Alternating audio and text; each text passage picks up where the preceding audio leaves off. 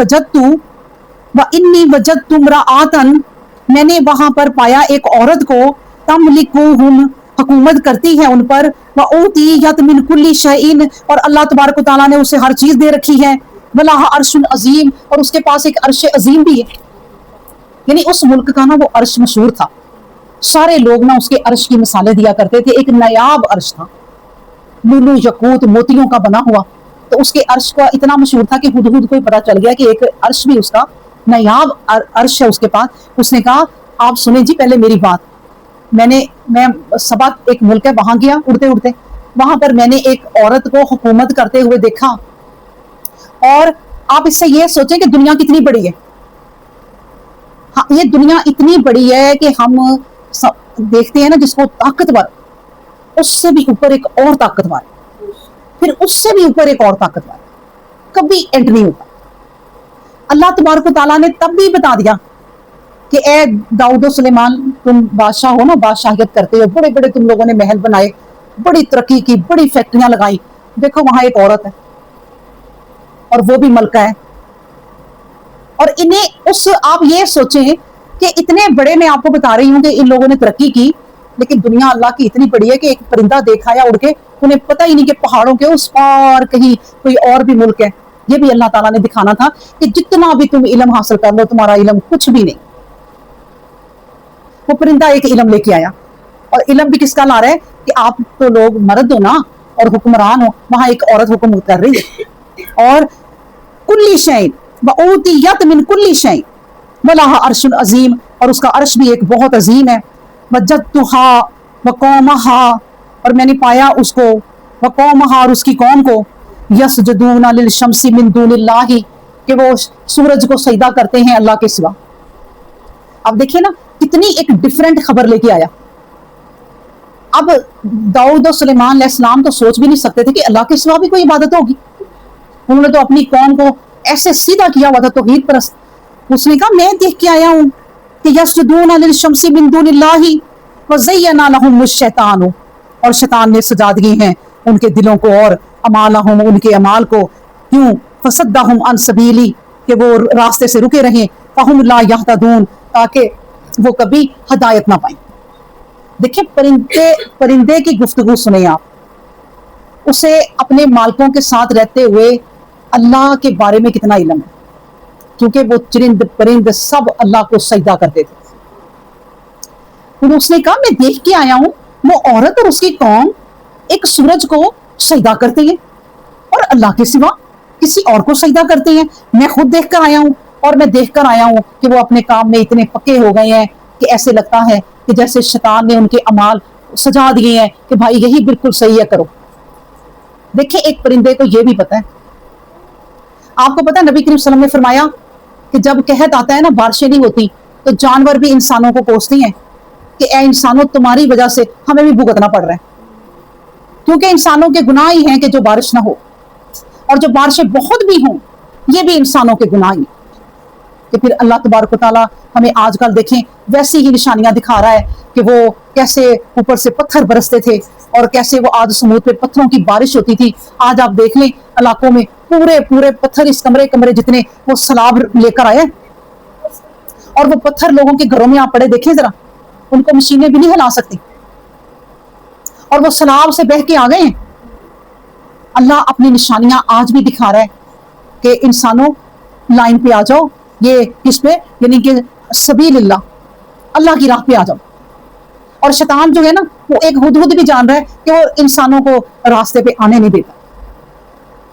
खत्म अल्लाहु अला कुलूबिहिम, जैसे अल्लाह भी मोहर लगा देता है ना दिलों पे, तो इसी तरह उनके दिलों पे मोहर लग जाती है कि फिर शैतान भी उनके दिलों को ऐसा कर देता है कि तुम बिल्कुल सही, तुम यही काम करो। तो उन्होंने कहा कि अल्लाह यस्जुदू लिल्लाहिल्लज़ी, क्यों नहीं, अब देखिए अभी परिंदे की बात नहीं खत्म हुई, अल्लाह क्यों नहीं, यस्जुदू लिल्लाहिल्लज़ी, वो सजदा करते अल्लाह को, और अल्लाह भी वो अल्लाजी वो युखरिजुल खबअ फिस समावाति वल अर्दी, जो जमीन में से छुपी चीजों को जाहिर कर देता है और तुम्हारी पोशीदा को भी, वयअलमु मा तुखफूना, और वो जो कुछ तुम छुपाते हो उसको भी वो जानता है, वमा तुअलिनूना, और जो कुछ तुम जाहिर करते हो उसको भी वो जानता है। सुभान अल्लाह, یہ ایک پرندہ بھی بات جانتا ہے کہ اللہ سے آگے کوئی ہستی نہیں، کوئی ذات نہیں، اللہ ہی سب کا اللہ ہے، بس اسی کو سجدہ کرو۔ اب وہ اتنی بڑی جو خبر لے کے آیا ہے تو حضرت سلیمان علیہ السلام حیران کہ یہ کیا۔ پہلی بات، انہیں سب سے پہلے اس چیز پہ غصہ آیا ہوگا کہ اللہ کے سوا عبادت کرتے ہیں اور سورج کی عبادت کرتے ہیں جو اللہ نے ہی بنایا ہے۔ یعنی جو چیزیں اللہ نے بنائی ہیں نا، ان کی بھی نہیں ہم عبادت کر سکتے، اور یہ کہتے ہیں کہ نہیں نہیں، پیر فقیروں کے پاس جاؤ گے تو پھر ہی اللہ کو پاؤ گے اور وہ تمہیں رستہ دکھائیں گے، تمہاری کہاں اتنی اوقات ہے۔ تو اللہ کی تو بڑے بڑے یہ پہاڑ اور بڑے بڑے یہ دریا سمندر اور یہ سورج، یہ چاند ستارے، ان سے بڑے تو تمہارے پیر نہیں ہے نا، ان کو سجدہ کرنے سے بھی اللہ نے منع کر دیا، کسی کو سجدہ نہ کرو میرے سوا۔ اور وہ اس نے اتنی بڑی خبر دی کہ اللہ کو چھوڑا، کس کو؟ اس کو چھوڑا جو تمہاری چھپی ہوئی چیزوں کو بھی جانتا ہے اور جو تمہاری ظاہر چیزوں کو بھی جانتا ہے، جو تم چھپ کے پلاننگ کرتے ہو نا، اللہ اس کو بھی جانتا ہے۔ نبی کریم صلی اللہ علیہ وسلم نے کہا کہ جو انسان جب کسی کی برائی کے بارے میں سوچتا ہے نا، تو اللہ اپنے فرشتوں سے کہتا ہے ابھی رک جاؤ، لکھنا نا جب تک یہ کر نہ لے، ابھی اس نے ارادہ کیا ہے، جب وہ نہ کرے نا تو کچھ بھی نہ لکھو۔ ارادہ کر کے اس نے اندر ہی سوچا نہیں نہیں یار، میں یہ نہ کرو، یہ اچھی چیز نہیں ہے۔ لیکن اگر اس نے کوئی نیکی کا ارادہ کیا اور کی بھی نہ، لیکن فرشتوں کو کہا اس کا ایک لکھ لو کہ اس نے ارادہ تو اچھا کیا۔ یہ وہ رب ہے جو تم برائی کا ارادہ کرتے ہو تو لکھتا ہی نہیں ہے کہ کوئی بات نہیں۔ اگر دلوں کی باتیں اللہ ہماری لینے لگ جائے نا، جتنا ہم دلوں میں ایک دوسرے کو کوستے ہیں، جتنا ہم ایک دوسرے کو برا کہتے ہیں، تو ہم کبھی بخشے ہی نہ جائیں۔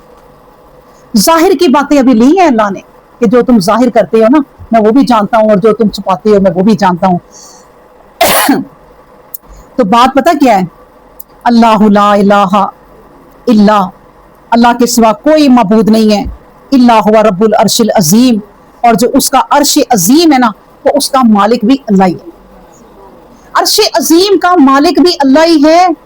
آپ یہ سوچیں کیوں کہا اللہ نے کہ پوری تمہاری کائنات، پورے تمہارے آسمان، پوری تمہاری زمینیں، وہ کائناتیں، وہ جن کو تم جانتے بھی نہیں ہو۔